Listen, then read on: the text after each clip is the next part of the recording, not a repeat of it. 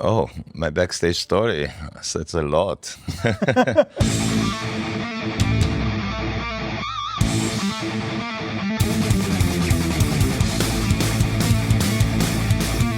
What's up, everybody? Welcome to Metal Remains Backstage. This is Manuel at the Inferno Metal Festival in Oslo, Norway, and with me is Attila from the mighty Mayhem.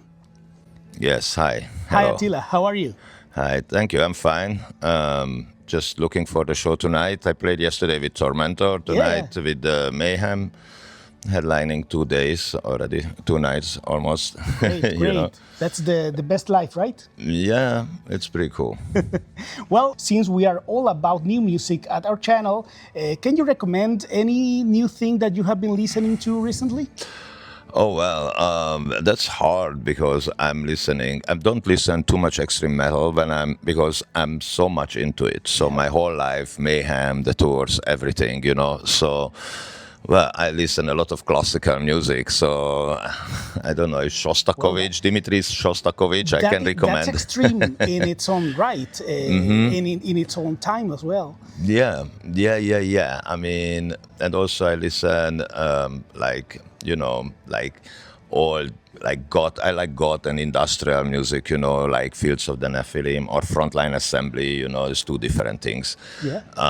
Yeah. But also I heard my friend James from Ghost passed away. So RIP James. Yes, that's that very was sad. One of the saddest stories this week. Yeah, it's very, very sad. It's very sad. And well, we are right now at the birthplace of black metal in Oslo. You are a part of a band that was at the forefront of that. How does that make you feel when coming back to these roots? Well, it's very special, especially to play at the festival here at the Inferno Festival, which is kind of like the crown of the Norwegian extreme and underground scene, So it's very special, always special to be in Oslo. And yeah, I've been coming here. First time I was here, it was 93. How long? It was like 30 years ago, or 33 years way ago. Too many. Yeah. And yeah, it's special. It's special. Very special feeling. What do you think makes different the way that crowds behave during the shows at Inferno? I don't know. It's actually a very it's not an easy crowd to please, I mean, this crowd is very like there's so much tension, and they are that's like you really have to give the best. But I always give my best, And yesterday was great, actually. It was With really Tormentor. cool. Yeah, it was really cool vibe. Have you seen the show? Well, to be honest, I wasn't. I was doing some other interviews. Oh, okay. I missed it completely. But I am set. After this, I'm good to go to wait for Mayhem. Okay. And I'm gonna be there front row, hopefully. Yeah, it was a great show, and the people seemed like very much into it, which is great because, again, Inferno is not the easiest crowd to please, Of course. I come from Latin America. We have a very intense history with black metal, especially because that was a variant of metal that came to, at least in my country, at the middle of a civil war. And we were deprived of everything that was released in the 80s. So in the 90s, black metal was in full force. And that's how many people became metalheads through bands like Mayhem. What has been your experience touring those countries so far? It's always amazing to tour there, man. It's so special, it's so different, and people are so much into it, It's fantastic, actually. And Salvador, too, we played there, and this was a great show, great show, and great people, as always. But all the rest of the countries, like now your friend from Argentina, we had a great show there too, and it's all different a bit, but it's all very special, and it's always very warm and very true. The people are it's a very, very great attention, and they are so much into our music, the fans. So half South America, it's always fucking cool to be there. Great. Now, black metal at this moment, I think, is not the hottest genre. It's not meant to be, or I know it's not the intention. But what do you think of the metal community position at this moment, when a lot of other influences are coming into the mix? I don't know. I think it's fucking amazing. Like metal itself in general, it's just growing. It feels like it's still growing, you know. And I think it's the language which is definitely above, you know, all this human crap and politics and everything. Like there is no boundaries here, no races, no religion, no politics. You know, Especially we are in the all, religion. especially not religion. Yeah, I mean, everybody welcome with any religion because we all challenge every. It's like, you know, it's. But I'm just trying to say, I have fans from countries like you mentioned about your civil war, but like other wars like going on in the world, which is fucking crazy. Currently. Like in Russia and Ukraine, we have fans every day thinking about those kids, you know, and those guys. Like, fuck, we just played for them and now they are fighting for each other, you know. But I know that I heard they like still the fans talking and stuff, you know. So same now in the Middle East, you know, like we have friends in Israel, Lebanon, and Iran and everywhere. And these people have to fight against each other. However, our music and I think music is the solution for all this fucking bullshit, you know. And that's It's a way of metal. escape. Metal, yeah, the metal is like transcendental. Yep. Our music, because it's not dealing with this crap politics and all this stuff. It's something behind. So people, it's kind of building bridges. You mentioned that music, black metal music, it comes from a heart of rebellion. But when you grow in life from the young ages when you started, what are the themes that you think are more impactful for you at this stage in life? I mean, what I understood by now that, you know, when I started, I was 15 when I was first time on stage with Tormentor. And that time I just followed the instinct. I didn't really know what we were talking about, you know. And I mean, we're so young, you know, it's like 40 years ago. And you know what and now I understand a lot more. I still have that instinct. I still have that flame, but I understand now a lot more. And what is amazing about it, that we were right already back then, you know. It's already been okay. It's already been right. We were right from day one. That's why we are still here. And it's still the same fight, you know, and it's still the same liberation feeling, you know, liberation by that, kind of. And by mysticism and by occultism. And for instance, I mentioned the Ordo, the Esoteric Warfare lyrics, you know, it's crazy how my visions come true. I mean, I hoped it's not gonna be, but, you know, the songs Prophetic. like Throne of Time or Trinity, you know, like those songs start to have a meaning now. Or I don't know, transhuman and all this stuff. Back then it was just a vision of my researches, like the most extreme stuff I found, and now it's reality suddenly, you know. It's crazy. It's fucking crazy where the world goes. So I just mentioned your friend the other interview, it's very funny to put in an AI those lyrics, for instance, from Esoteric Warfare, and ask AI to crack the code, tell the code behind the words, because Maybe I use the AI code is a words. fan, perhaps.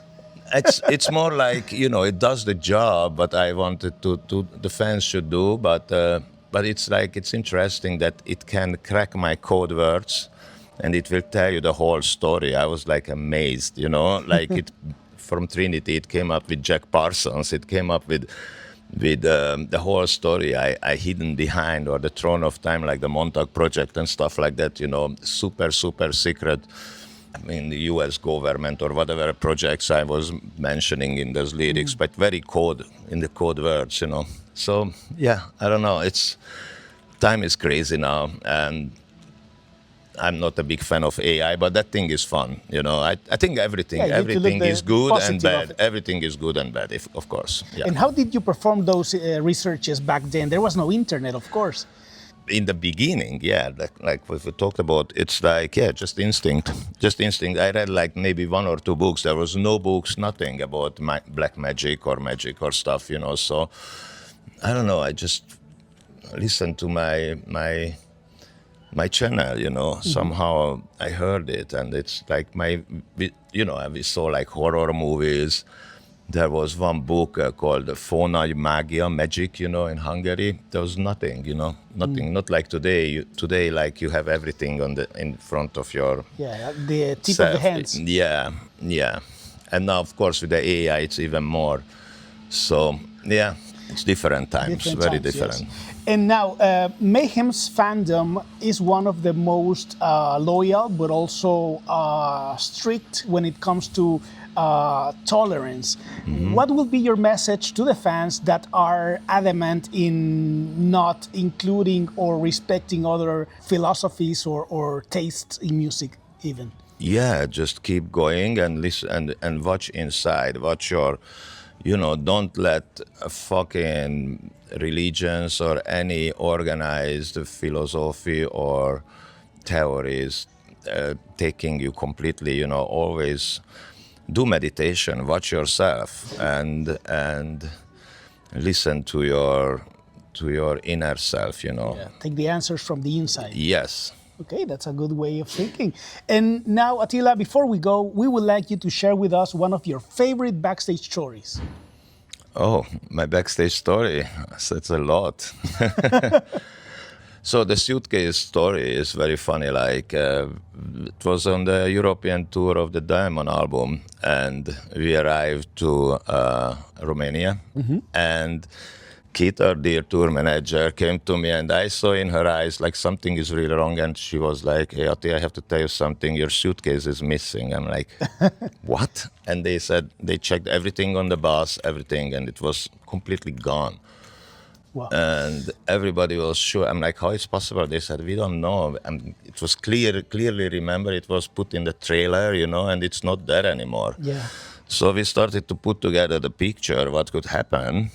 And it took some time to figure out that we found out the lock was a little bit manipulated. Oh. And also so we had an AirTag in my suitcase. Oh, yeah. So she checked. That's a must.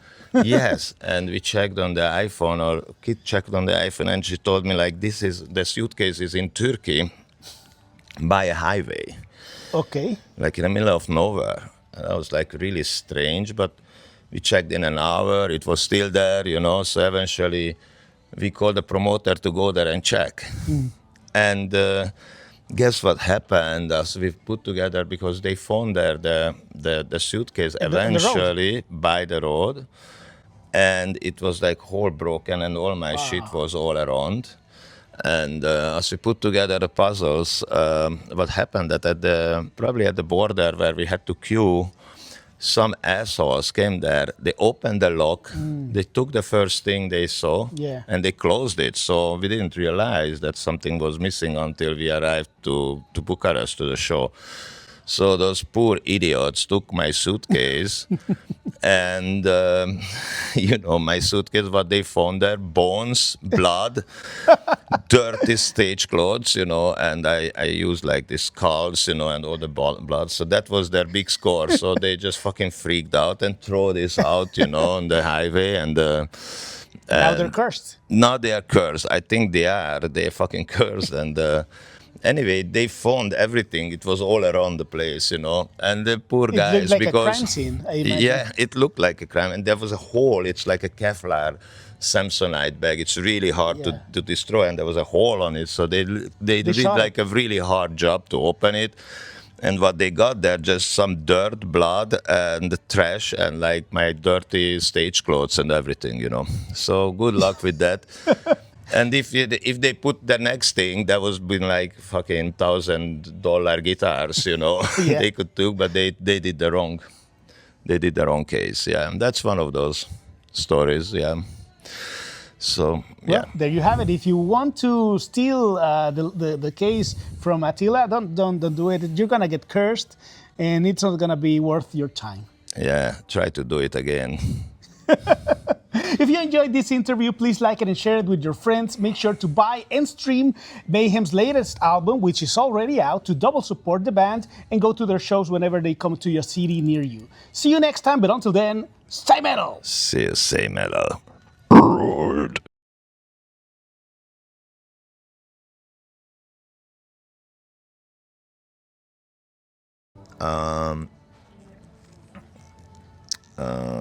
Fuck.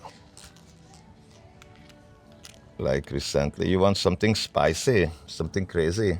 I love spice. Okay. Okay.